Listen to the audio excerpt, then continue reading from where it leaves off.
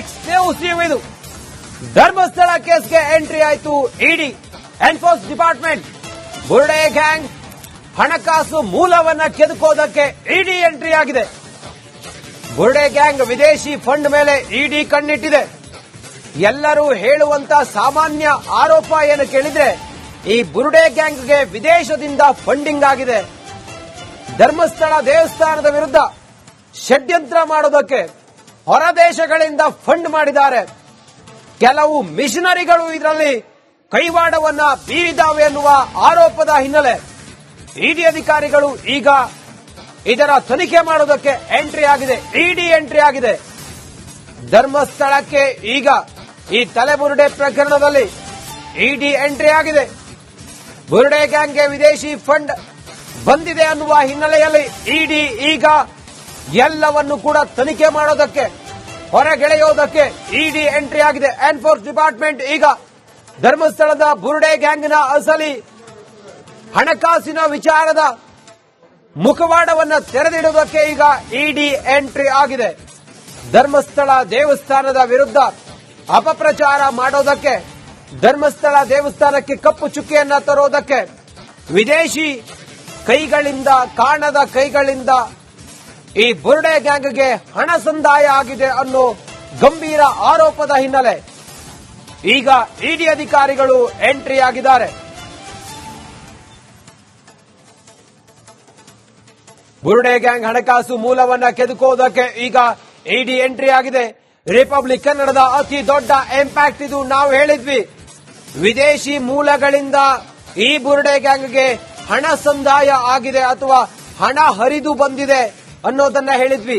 ಇವರು ಕಾಲ್ಪನಿಕ ವ್ಯಕ್ತಿಗಳನ್ನ ಸೃಷ್ಟಿ ಮಾಡಿದ್ರು, ಕಾಲ್ಪನಿಕ ಸಾಕ್ಷಿಗಳನ್ನ ಸೃಷ್ಟಿ ಮಾಡಿದ್ರು, ಇಲ್ಲ ಸಲ್ಲದ ಕಥೆಯನ್ನ ಕಟ್ಟಿದ್ರು, ಇವರಿಗೆ ಕೈ ತುಂಬಾ ಹಣ ಕೊಟ್ಟಿದ್ರು.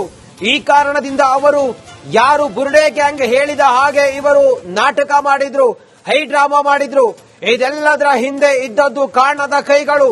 ಕಾಣದ ಕೈಗಳಿಗೆ ಹಣ ಸಂದಾಯ ಆಗಿದ್ದು ವಿದೇಶಗಳಿಂದ, ಕೆಲವು ಮಿಷನರಿಗಳಿಂದ ಹಣ ಬಂದಿದೆ ವಿದೇಶದಿಂದ ಅನ್ನೋದನ್ನ ನಾವು ಹೇಳ್ತಾ ಇದ್ವಿ.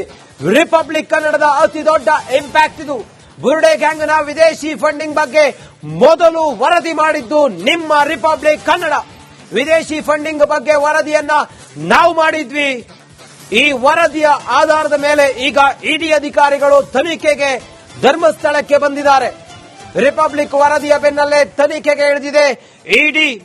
ಇಡಿ ಅಧಿಕಾರಿಗಳು ಈಗ ಈ ಹಣದ ಮೂಲವನ್ನ ಕೆದಕೋದಕ್ಕೆ, ಈ ಬುರುಡೆ ಗ್ಯಾಂಗ್ಗೆ ಬಂದಿರುವಂತಹ ಹಣ ಎಲ್ಲಿಂದ ಬಂತು, ಯಾರಿಂದ ಬಂತು, ಯಾರಿಗೆ ಬಂತು ಅನ್ನೋದನ್ನ ಕೆದಕೋದಕ್ಕೆ, ತನಿಖೆ ಮಾಡೋದಕ್ಕೆ ಇಡಿ ಅಧಿಕಾರಿಗಳು ಈಗ ಎಂಟ್ರಿ ಆಗಿದ್ದಾರೆ. ಇದರಲ್ಲಿ ಅಸಲಿ ಮುಖವಾಡ ಬಯಲಾಗುತ್ತೆ. ಕಾಣದ ಕೈಗಳಿಗೆ ಯಾರಿಂದ ಹಣ ಬಂದಿದೆ, ಹಣವನ್ನ ತೆಗೆದುಕೊಂಡು ಇವರು ಧರ್ಮಸ್ಥಳದಲ್ಲಿ ಇಷ್ಟೆಲ್ಲ ನಾಟಕ ಮಾಡಿದ್ರು. ನೂರಾರು ಹೆಣಗಳನ್ನ ಹೂತಿದ್ದೇವೆ ಅನ್ನುವ ಕಥೆಯನ್ನ ಕಟ್ಟಿದ್ರು. ಅನನ್ಯ ಭಟ್ ಇಲ್ಲದ ಹೆಸರು, ಇಲ್ಲದ ವ್ಯಕ್ತಿಯನ್ನ ಸೃಷ್ಟಿ ಮಾಡಿದ್ರು.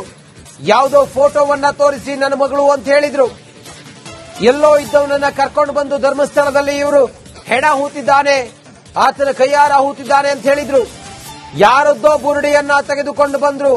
ನಾನು ಈ ಬುರುಡೆಯನ್ನ ಧರ್ಮಸ್ಥಳದ ನೇತ್ರಾವತಿಯ ತಟದಲ್ಲಿ ಹೂತಿದ್ದೇನೆ ಅಂತ ಹೇಳಿದ್ರು. ಇದೆಲ್ಲ ಹೈಡ್ರಾಮಾ, ಇದೆಲ್ಲ ಕಾಲ್ಪನಿಕ ಕಟ್ಟು ಕಥೆಗಳಿಗೆ ಇತಿಶ್ರೀ ಹಾಡೋದಕ್ಕೆ ಎಸ್ಐಟಿ ಅದಕ್ಕೆ ತನಿಖೆ ಮಾಡ್ತಾ ಇದ್ರೆ, ರಿಪಬ್ಲಿಕ್ ಕನ್ನಡ ಹೇಳಿತ್ತು ವಿದೇಶದಿಂದ ಫಂಡಿಂಗ್ ಆಗಿತ್ತು ಅಂತೇಳಿ ಹೇಳಿತ್ತು. ಈಗ ಈ ಆರೋಪದ ಹಿನ್ನೆಲೆ ನಾವು ಸುದ್ದಿಯನ್ನ ಬ್ರೇಕ್ ಮಾಡಿ ಆದ ನಂತರ, ನಾವಿದನ್ನ ಎಕ್ಸ್ಪೋಸ್ ಮಾಡಿ ಆದ ನಂತರ ಇಡಿ ಅಧಿಕಾರಿಗಳು ಎಸ್ ಹೌದು ವಿದೇಶಿ ಹಣ ಹರಿದು ಬಂದಿದ್ದು ನಿಜ, ಇದರ ತನಿಖೆ ಆಗಬೇಕು ಅಂತ ಹೇಳಿ ಇಡಿ ಈಗ ಎಂಟ್ರಿ ಆಗಿದೆ. ಬುರುಡೆ ಗ್ಯಾಂಗ್ ವಿರುದ್ಧ ಫೇಮಾ ಅಡಿ ಕೇಸ್ ದಾಖಲಾಗಿದೆ. ದಾಖಲಾಗುತ್ತಾ? ಫೇಮಾ ವಿದೇಶಿ ವಿನಿಮಯ ನಿರ್ವಹಣಾ ಕಾಯ್ದೆ ಅಡಿಯಲ್ಲಿ 2 ದೂರುಗಳ ಅಡಿಯಲ್ಲಿ ಇಡಿ ತನಿಖೆಯನ್ನು ಮಾಡುತ್ತೆ. ಇದು ರಿಪಬ್ಲಿಕ್ ಕನ್ನಡದ ಮ್ಯಾಸಿವ್ ಇಂಪ್ಯಾಕ್ಟ್, ರಿಪಬ್ಲಿಕ್ ಕನ್ನಡದ ಮಹಾ ಇಂಪ್ಯಾಕ್ಟ್ ಇದು. ನಾವು ನಿರಂತರವಾಗಿ ಈ ಬುರುಡೆ ಗ್ಯಾಂಗ್ ವಿಚಾರವಾಗಿ ಇವರಿಗೆ ಹಣ ಎಲ್ಲಿಂದ ಬಂತು, ಹೇಗೆ ಬಂತು, ಯಾಕಾಗ ಬಂತು, ಇವರು ಏನೆಲ್ಲ ಹೈಡ್ರಾಮಾ ಮಾಡಿದ್ರು, ಏನೆಲ್ಲ ಕತೆ ಕಟ್ಟಿದ್ರು, ಇವರ ಉದ್ದೇಶ ಏನಾಗಿತ್ತು, ಇದೆಲ್ಲವನ್ನು ಕೂಡ ನಾವು ಎಳೆ ಎಳೆಯಾಗಿ ಜನರ ಮುಂದೆ ತೆರೆದಿಟ್ಟಿದ್ವಿ. ಇದಾದ ನಂತರ ಈಗ ಇಡಿ ಅಧಿಕಾರಿಗಳು ಎಂಟ್ರಿ ಆಗಿದ್ದಾರೆ. ಇದು ರಿಪಬ್ಲಿಕ್ ಕನ್ನಡದ ಮ್ಯಾಸಿವ್ ಇಂಪ್ಯಾಕ್ಟ್, ರಿಪಬ್ಲಿಕ್ ಕನ್ನಡದ ಇಂಪ್ಯಾಕ್ಟ್ ಇದು. ಒಡನಾಡಿ ಮತ್ತು ಸಂವಾದ ಎನ್ಜಿಒ ಮೇಲೆ ಇಡಿ ಕಣ್ಣಿದೆ ಅನ್ನುವ ಮಾಹಿತಿ ಲಭ್ಯ ಆಗಿದೆ. ನೋಡಿ, ಮುಂದುವರೆದು ಗಮನಿಸ್ತಾ ಹೋದ್ರೆ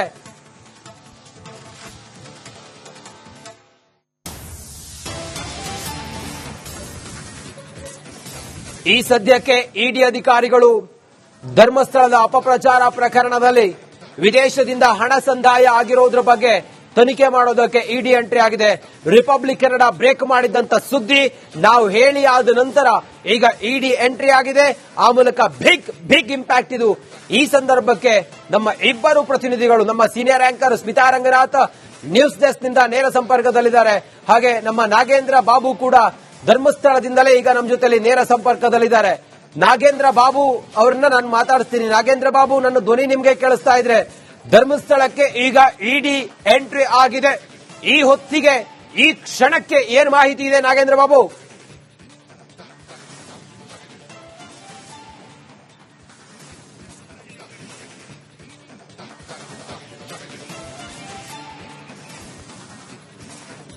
ಎಸ್ ರಂಜಿತ್, ನೋಡಿ, ಒಂದು ಕಡೆ ಈಗ ಇಡಿ ಎಂಟ್ರಿ ಆಗಿದೆ ಅನ್ನೋ ಮಾಹಿತಿ ರಿಪಬ್ಲಿಕ್ ಕನ್ನಡಕ್ಕೆ ಲಭ್ಯವಾಗಿದೆ. ಪ್ರಮುಖವಾಗಿ 2 ಎನ್ಜಿಒಗಳಿಗೆ ಫಾರಿನ್ ಫಂಡ್ ಬಂದಿದೆ ಅನ್ನೋ ಮಾಹಿತಿಯನ್ನು ಆಧರಿಸಿ ದೂರು ಬಂದಂತ ಹಿನ್ನೆಲೆಯಲ್ಲಿ, ಸಾಕಷ್ಟು ದೂರುಗಳು ಕೇಳಿ ಬಂದಂತ ಹಿನ್ನೆಲೆಯಲ್ಲಿ ಈಗ ಇಡಿ ಎಂಟ್ರಿ ಆಗಿ ಒಂದಷ್ಟು ಇನ್ವೆಸ್ಟಿಗೇಷನ್, ತನಿಖೆಯನ್ನ ಮಾಡುವ ಪ್ರಕ್ರಿಯೆಗೆ ಮುಂದಾಗಿದೆ.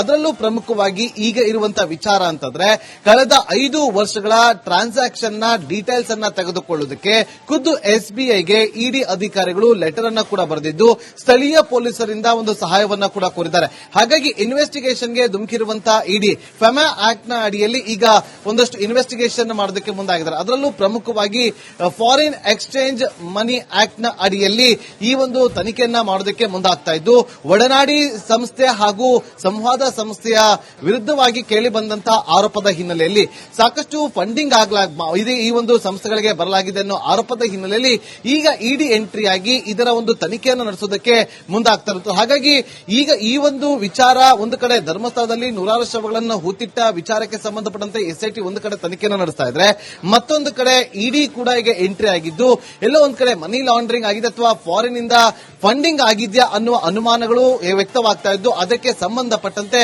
ತನಿಖೆಯನ್ನು ನಡೆಸೋದಕ್ಕೆ ಈಗ ಇಡಿ ಎಂಟ್ರಿ ಆಗ್ತಾ ಇದೆ. ರಂಜಿತ್, ನಾಗೇಂದ್ರ ಬಾಬು ಹಾಗೆ ಲೈನಲ್ಲಿರಿ.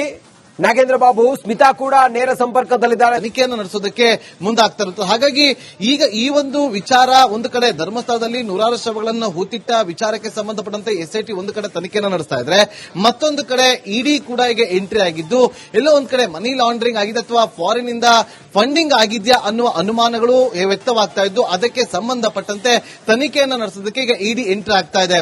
ರಂಜಿತ್, ನಾಗೇಂದ್ರ ಬಾಬು